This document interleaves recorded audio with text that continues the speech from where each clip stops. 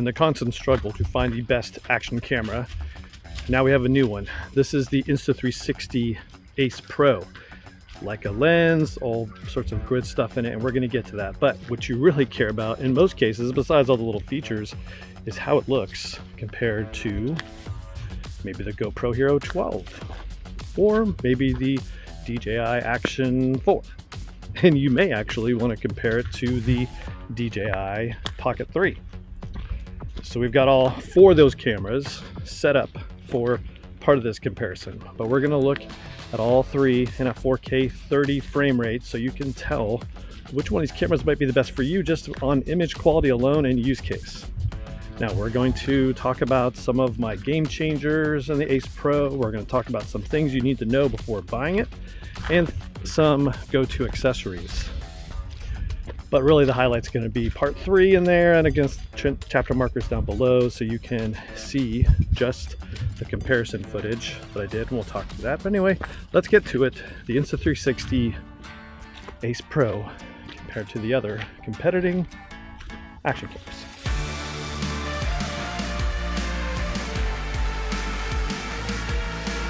All right, so in this video, I've got a lot of topics to cover. Really, everything is about this Insta360 Ace Pro. Had it for about a week. And so we're going to talk about game changers, things that differentiate this from the rest of the pack in terms of action cameras right now. We're going to talk about some things you need to know because it's not perfect, some things I learned using this over the last week that I think are worth sharing. And then we're going to cover a bunch of footage that I took over the last week in various lighting conditions. We're going to show some low light comparisons. We're going to show some well lit comparisons, wrapping it up with some accessories that I have and I've used a ton that I highly recommend you get if you're going to get the Ace Pro, which is, I think, the leading contender in the camera department right now for action cameras. So let's get to it. What are the game changers? The game changers for the Ace Pro, things I think that differentiate this from the GoPro Hero 12 and the DJI Action 4.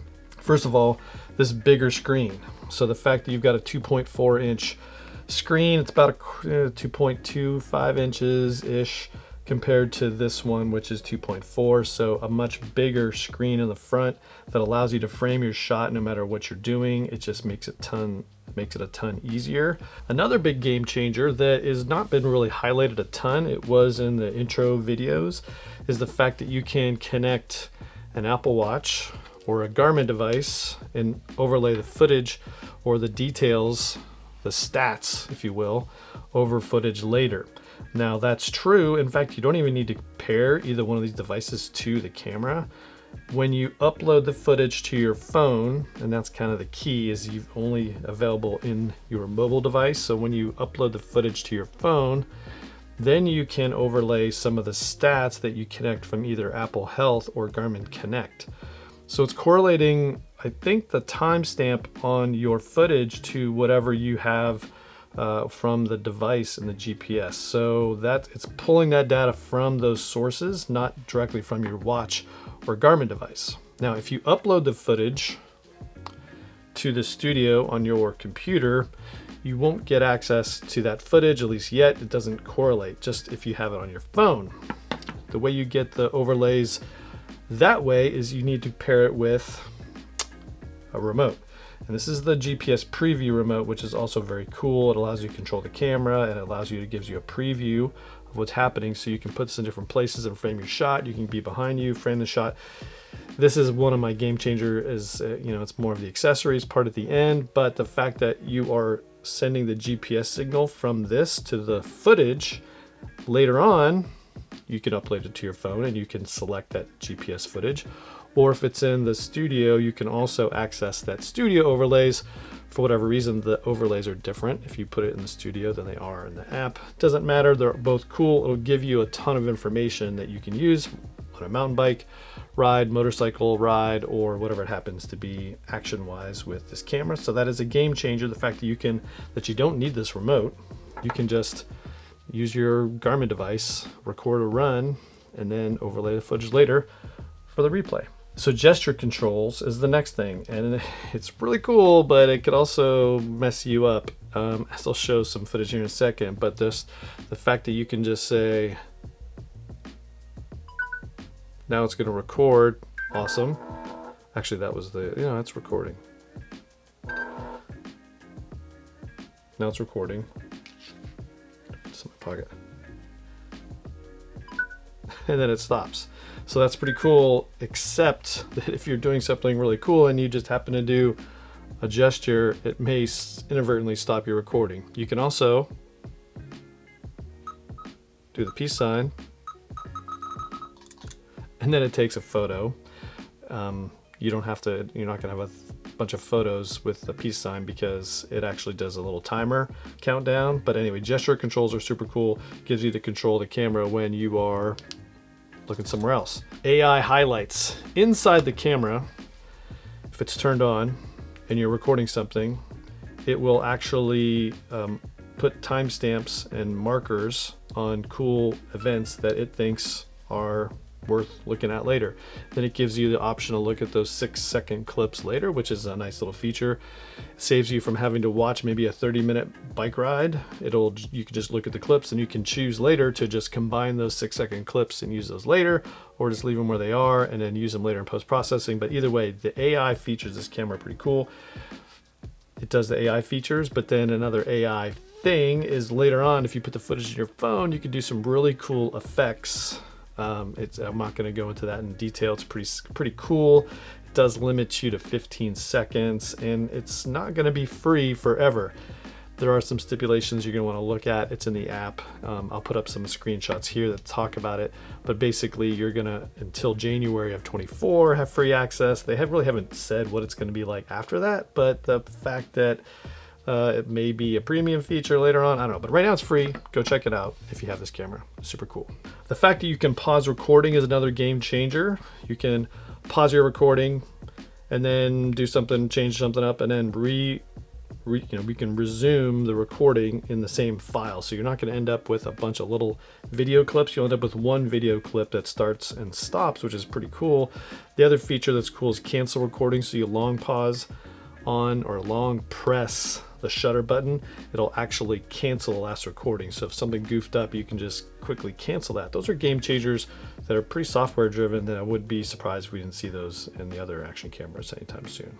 Clarity zoom is another game changer, and really this gets down to the video quality of these cameras. It is advertised to be an 8K camera, but really what you're getting is a 4K feed that uses the 8K footage to optimize the HDR if you're using that. And then also if you do a clarity zoom, double tap on the screen or use the icon and it zooms in, and it uses now, instead of that 8K sensor, into a 4K-ish look at whatever you're zoomed in on. So it gives you a nice little punch in of clarity on something all digital that still gives you a very good image just because of the 8K sensor built into the camera. Haptic feedback, which is not on these other cameras. So when I turn it on, it gives a little buzz. When I turn it off, it gives a little buzz. That's cool because when you put it on your helmet and you're riding around, if you wanted to start or stop recording, you'll get that feedback. It's a little bit easier to acknowledge than because you've got your helmet on. So that's pretty cool, haptic feedback in both these. Just a small little detail that makes it awesome. 48 megapixel photos, another big game changer. We're limited to 27 megapixels in the GoPro and only 12 megapixels, 10 megapixels, only 10 megapixels in the DJI.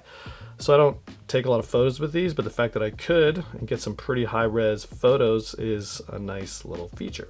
So the locking mount, which is not standard, so you have to pick it up. It's definitely one of my accessories of choice, but it's really easy to put on there, and the fact that you can slide this over and now lock it, so if you're concerned about the magnets or the little gripping teeth that are in there, this thing locks it, and it prevents an inadvertent release of this camera. which is cool. None of the other ones do that. Those are sort of the game changers. There's a ton of other little things that you'll learn here and there, but those are just some of my highlights.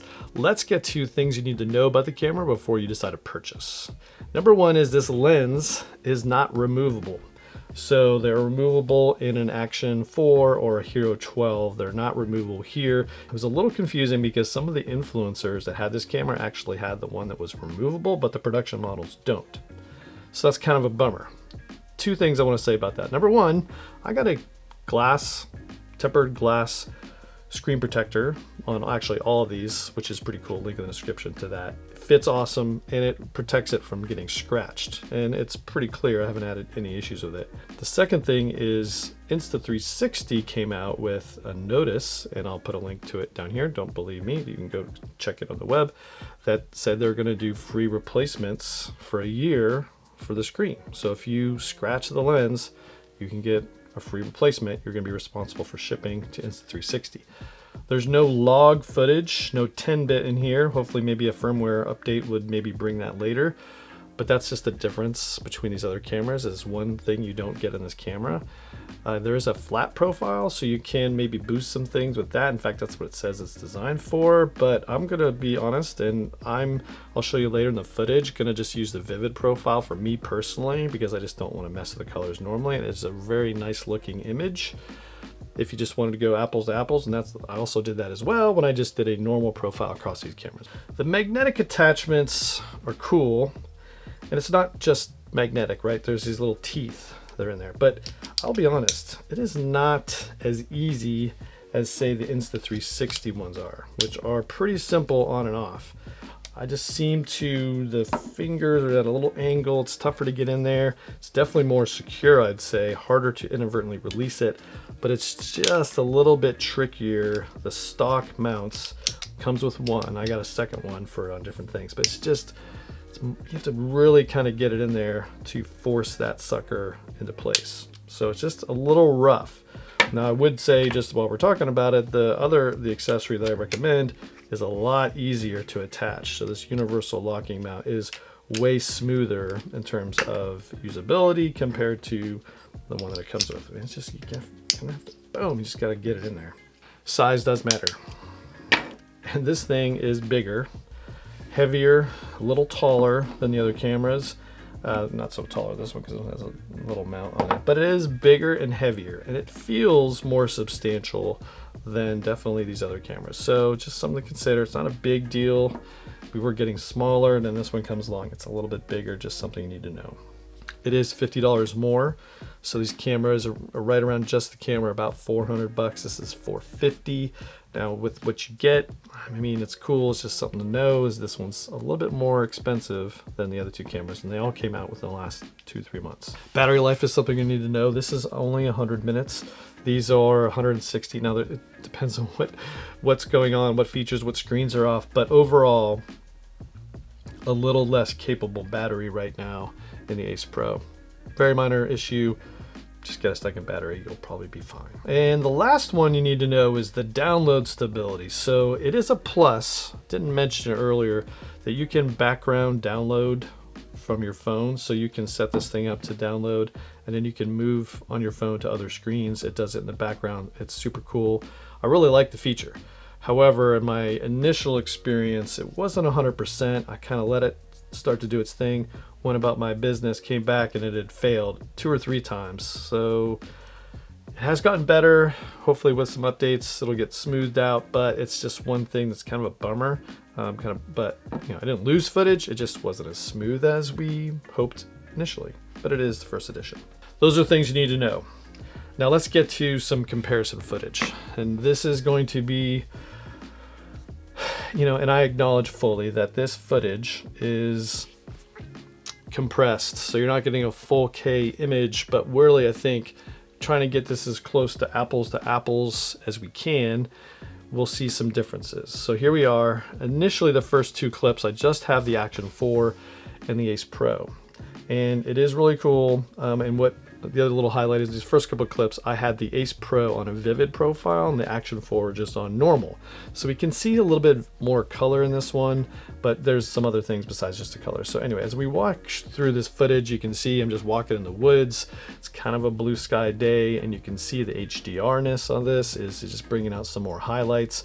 We definitely have more colors in the trees. If I pause it anywhere, you can see a little bit finer detail. It's just, I think, more naturally exposed. The Action 4 is just a little bit brighter image, but I think the Ace Pro does a better view overall in terms of bringing out that color. Now in the second clip, the sun's at my back, it's off and on. I think we have definitely richer colors here, and the HDR definitely brings in the highlights on the Ace Pro better than the Action 4. This next one, as I'm walking down by the water, again, I just think overall better colors. It is, again, the vivid profile, but if I pause anywhere, you can see pretty good detail in both cameras. It's kind of a wash in this lighting with the lights from my left side. This next one, just wanted to highlight the dog going by. I'll pause a couple times. Now as I get up into the lighted area, I'm well lit, the sun's up at my face. I do a little bit of a turn here just to kind of give it a look at what the different highlights will look like. Again, if I pause anywhere, we get good detail on both sensors and the processing. Again, just doing a little better job on the Ace Pro. Again, it's in the vivid profile. This next section is in low light, and this is about 20 to 30 minutes after sunset. I'm in the trees. You can see that the Ace Pro is just doing a lot better job than the Action 4. They're both HDR. Again, just looks a lot better. If I pause, I just get a sharper image in the Ace Pro, but they're both pretty good. But again, just the Ace Pro is doing a lot better. A lot of people brought in the Hero 12. The Hero 12 just looked like garbage. I'm not even going to show it just because a smaller sensor, it's just really kind of where you get a big difference between these two cameras. This next one is very low light. Now it's about 45 minutes after sunset, but I am walking up the stairs to a very lit porch, so you can see how both cameras do in this environment. I think the Ace Pro still looks better. Next section here, now we're in a little bit, it's daylight again, and we can see the dog. If I pause anywhere, the detail in all four of these cameras, now we have the Hero 12, is pretty good. My previous video where I compared the Action 4 and the Hero 12, in a well-lit environment, a lot of people said, am I crazy? The Hero 12 looks better. I don't think you're wrong. I think the more mature camera, Hero 12, does have, in full lighting conditions, the best images, just brings in a better colors. I do prefer that long term. Now the Ace Pro uses that bigger sensor and does a lot of things in camera to give a better photo. Now these are some details on trees. I'll pause it right as we go by the trees. You can compare the detail, and overall the Ace Pro brings in a lot better detail because of its processing. It's an 8K image, all that stuff. Hero 12 over in all these is a darker image, and again, just these, I took off the vivid. This is a normal profile 4K 30 on all these cameras. And I just think overall better exposed than the Ace Pro. You might have a different opinion. I definitely want to know what you think of these images. That's why I'm showing you all this. Here's the dog again. Hero 12 in full light does, I think, still the best for the processing. But then when we get moving here in this lower light conditions, I think the Ace Pro is sort of the best of both worlds. Now, here is a couple pauses here. I'll pause here for some level of detail in the water. The Action 4 just doesn't look as good as I think the Ace Pro or the Hero 12, and the Hero 12 is just darker. But overall, we get a well-balanced image out of the Ace Pro in this. I have a bright jacket. You can see how each of these cameras sort of dealt with that camera. So here's another pause here. Level of detail in all these cameras. Again, I think the Ace Pro looks better. Hero 12 second, Action 4 probably third, as we just compare the images and how they look just naturally. And I haven't edited or graded any of this footage. Here's the dog again, looking good in the yard. Which one looks best to you? I'm deferring to the Ace Pro overall as a better overall image. Just right out of the camera, ungraded. Looks awesome. And you know, it's a great looking dog. Now we've got all four, and I add the Pocket 3. You can see how they each resolve. Now I'm going to pause here for a second. One big thing to highlight is the Pocket 3, bigger sensor, but it also does this dynamically It's a quick focusing, and so there's a shallower depth of field, so things in the background won't be as sharp. It's an overall brighter image, and it is face tracking me throughout all this footage. So as we go through this, you can just see the overall vividness of the colors. Over the Hero 12 is just darkest in all this footage. That's just the way it is. Which one looks better to you? I don't know. Let me know what you think comparing all 4 of these cameras. A little unfair to show the Pocket 3. It's really not an action camera, but in terms of just a sensor that you might use in a vlog mode, this is how they would compare. How they look? Well, I think the Pocket 3 gives me an appealing image just because of that shallower depth of field. But in this case, if you're just comparing the 3 action cameras in this lighting environment, the details in the trees, the details in the water, the coloring, the just overall image balance, I think the Ace Pro still for me best overall. The Hero 12 has some better detail compared to the Action 4. Overall, what do you think? What are your impressions of the footage? Comparing all 4 cameras side to side, it wasn't a super bright day, so I got to really kind of test out how each of those sensors brought in the colors, compared to the background, lit the images based off of where the sun was. So that's the comparison. Let's get to some of the accessories that I highly recommend you consider when you're going to get the Ace Pro. First off, any action camera, one thing you're going to want to get is a spare battery. Definitely get a spare battery. I just have one spare. It's always charged, ready to go in case that one starts to fail. Been using it too much. Next is this fast charging hub. Definitely get a fast charging hub so you can keep one battery always ready to go. Don't rely on the camera to charge it. Eventually I'll probably get a 3rd battery and I'll have them all just kind of rotating through there, but definitely a fast charging hub. I've used that a ton. In terms of the grips, they have this little elbow, this little L bracket, which is fantastic because, and they had a whole cage designed for the Action 4, but this allows you to either mount the camera in its conventional setup, or you can now go vertical. So if you wanted to do a vertical profile for, you know, your TikTok or whatever, you can just do it that way, which is super cool. I love that mount. In fact, this is the go-to rig using a GoPro Shorty, but I'm also using the quick release mount, which I've already talked about. Locking, super cool. Highly recommend that. And the horizontal or vertical mount. So those are the 2. That's pretty much how that's going to roll day to day. The GPS preview remote, which I put in my pocket because it kept going off. The fact that I can just see what the camera is seeing right here allows me to mount this on my handlebars, on my wrist, because there's a little detachment for that.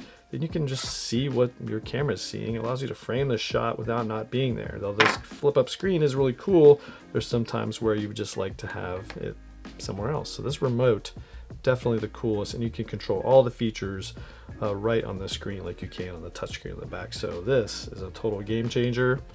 Mentioned it earlier, but definitely a must-have accessory in my opinion. Just way useful. I've been using this a bunch. Screen protector, which I already talked about. Definitely buzzing again, haptic feedback. So definitely get screen protectors for the back, the front, and you know, the lens, just because you never know what's going to happen. It's already kind of smudged, but it's super cool. The last thing I highly recommend is this studio software for your desktop. Allows you to do some other features. Definitely an easier thing to manipulate the footage on your camera, but the limitations are you can't use your Apple Watch or your Garmin device. It's just if you used the GPS device, if you're going to use overlays. But it is worth checking out, and it's free, and I like free things. So there you go. That's the wrap up on the Insta360 Ace Pro. It's quickly, based off the image quality and these other features, it's going to be the single camera I'm going to take with me now. Now the Pocket 3 is its other sort of, you know, other thing I like to take. So these are kind of my 2 favorites right now, the Pocket 3 and the Insta360. So there you go. That's what I think. That's how they stack up. It's not so clear cut, but if you go with features alone, I think the Ace Pro is definitely a strong contender. Should be something you consider, mostly because of how the sensor looks, the AI, and how it's treating the footage, and also that flip up screen and a lot of the things I talked about. Not perfect, like I said, a couple of things you need to know, but overall, fantastic camera, worth your consideration. If you like this video, give it a thumbs up. Helps other people see it. Subscribe to the channel. We'll see you in the next one. Probably a backpack video, but maybe some tips and tricks on some of these cameras. We'll see.